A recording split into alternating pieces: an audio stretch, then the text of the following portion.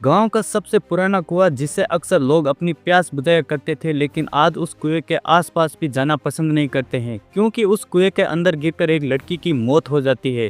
और उसके बाद से ही लोगों के मन में डर बैठ जाता है, क्योंकि जब उस लड़की को वहां पर ढूंढा जाता है तो उस लड़की का कोई भी अता पता नहीं मिलता है, जिससे लोगों के मन में ये डर बैठ जाता है कि ये कुआं कोई मायावी है या कोई भूतिया कुआं है, जिसके चलते इस लड़की की शव को निगल गया है। और वहीं से गांव वाले उस कुएं के आसपास जाना भी छोड़ देते हैं।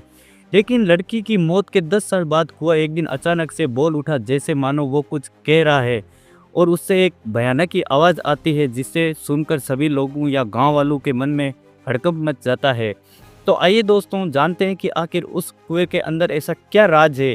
क्या उस लड़की से जुड़ा हुआ कोई राज है या कोई अन्य राज है, जानेंगे इस कहानी के माध्यम से। इसलिए आप मेरे साथ बने रहे इस कहानी के अंत तक। दोस्तों, अगर आपको ये कहानी पसंद आए तो आप इस कहानी को लाइक कर देना, और अगर आपको ऐसी ही कहानियाँ और सुननी है तो आप हमारे चैनल को भी सब्सक्राइब कर देना। इससे मेरे अंदर भी मोटिवेशन बना रहता है। दोस्तों, आज की जो सच्ची कहानी है वह बिहार के हरदिया गांव की है। गांव बहुत ही छोटा सा था, लेकिन उसके अंदर कहानियाँ बड़ी बड़ी थी। और इसी गांव के ठीक बीचों बीच एक बहुत ही पुराना कुआं था, जिससे लोग पानी निकालकर अपनी प्यासे बुझाया करते थे और अपने गांव का खेतीबाड़ी चलाया करते थे।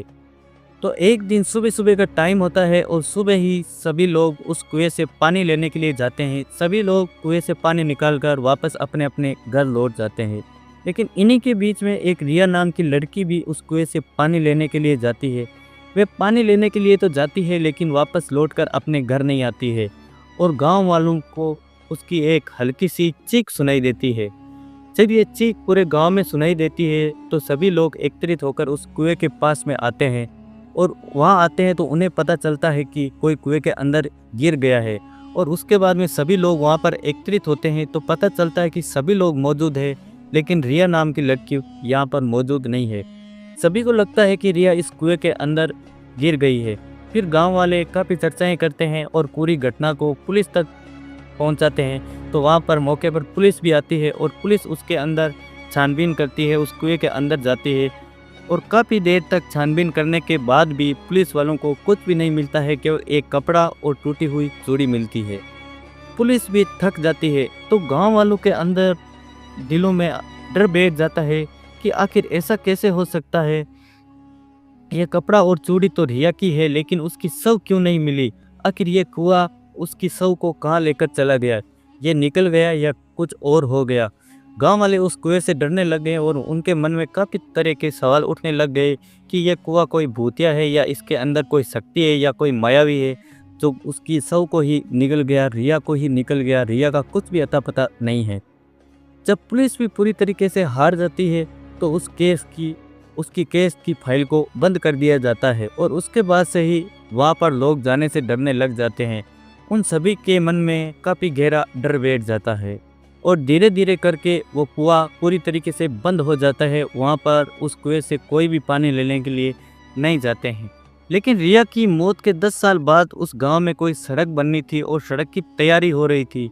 तो तैयारी में पता चलता है कि ये कुआं भी उस सड़क के बीच में आ रहा है। तो वहाँ के सरपंच जी गांव वालों को बुलाते हैं और कहते हैं कि अब हम इस कुएं के पास में तो कोई जाते नहीं है, इसलिए इस कुएं को पूरी तरीके से ख़त्म ही कर देते हैं। गांव वालों की सहमति से सरपंच मजदूर लगाते हैं और उस कुएं को ख़त्म करने की कोशिश करते हैं। उस कुएं के अंदर पत्थर वगैरह डालते हैं। लेकिन जैसे ही मजदूर उस कुएं के अंदर पत्थर डालते हैं तो एक अजीब आवाज़ आती है कि मैं अभी जिंदा हूँ, मुझे बचा लो। ऐसी आवाज़ जब मजदूर सुनते हैं तो मजदूर वहाँ से दूर दूर भाग जाते हैं। और धीरे धीरे करके जब ये बात फैलती है तो काफ़ी डर सा महसूस होने लगता है। और कुछ कहता है कि ये कोई मजाक है या सच में कोई आवाज़ आई है। और वहाँ पर कुछ ही टाइम में गांव वाले सभी लोग एकत्रित हो जाते हैं और चर्चाएं करने लग जाते हैं और उनको वो 10 साल पुरानी घटना भी याद आ जाती है। और इसके चलते काफ़ी लोग वहाँ पर एकत्रित हो जाते हैं। और इन्हीं के साथ में एक सबसे पुराना तैराक बद्री नारायण व्यक्ति भी सम्मिलित होता है। वह गांव वालों को कहता है कि क्या मैं इस कुएं के अंदर जाकर इसका राज पता करूं। तो गांव वाले उसको मना कर देते हैं कि 10 साल पहले भी इसके अंदर रिया गिरी थी, उसका भी कोई अता पता नहीं चला। तो इस प्रकार से गांव वाले उसे मना करते हैं, लेकिन वह उनकी एक भी बात नहीं सुनता है और उस कुएं के अंदर रस्सी लेकर, एक टॉर्च लेकर उस कुएं के नीचे उतर जाता है।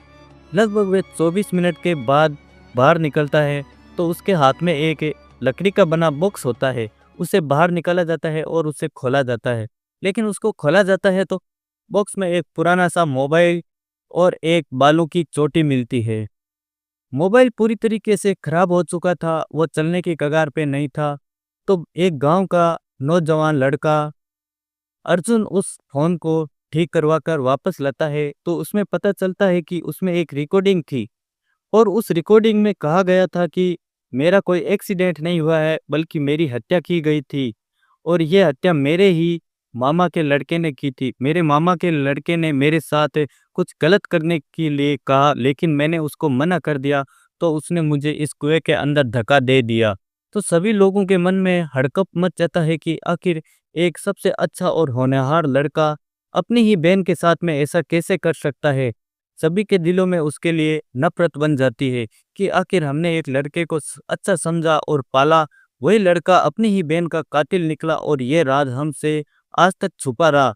सभी लोग उसको पूरी तरीके से नफरत करने लग जाते हैं और उसके बाद में रिया के घर वाले और गांव वाले मिलकर इसकी घटना पुलिस स्टेशन में देते हैं। तो पुलिस फिर से 10 साल बाद रिया के केस की फाइल को खोलते हैं और जब उस टाइम जो कपड़ा मिला था और अब जो बालों की चोटी मिली है, उनकी रिपोर्ट के मुताबिक ये पता चलता है कि ये रिया ही थी जो 10 साल पहले गायब हो चुकी थी या उस कुएं के अंदर गिर चुकी थी और उसका कोई भी अता पता नहीं था।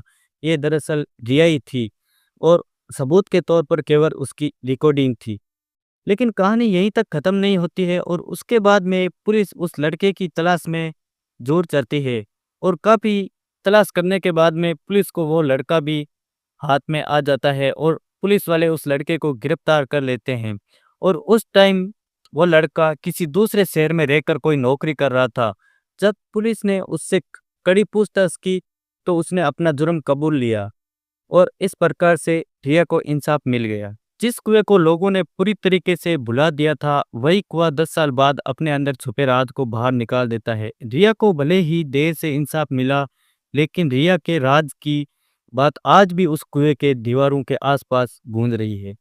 तो दोस्तों, आपको कैसी लगी ये कहानी कमेंट करके जरूर बताना और चैनल को भी सब्सक्राइब कर लेना।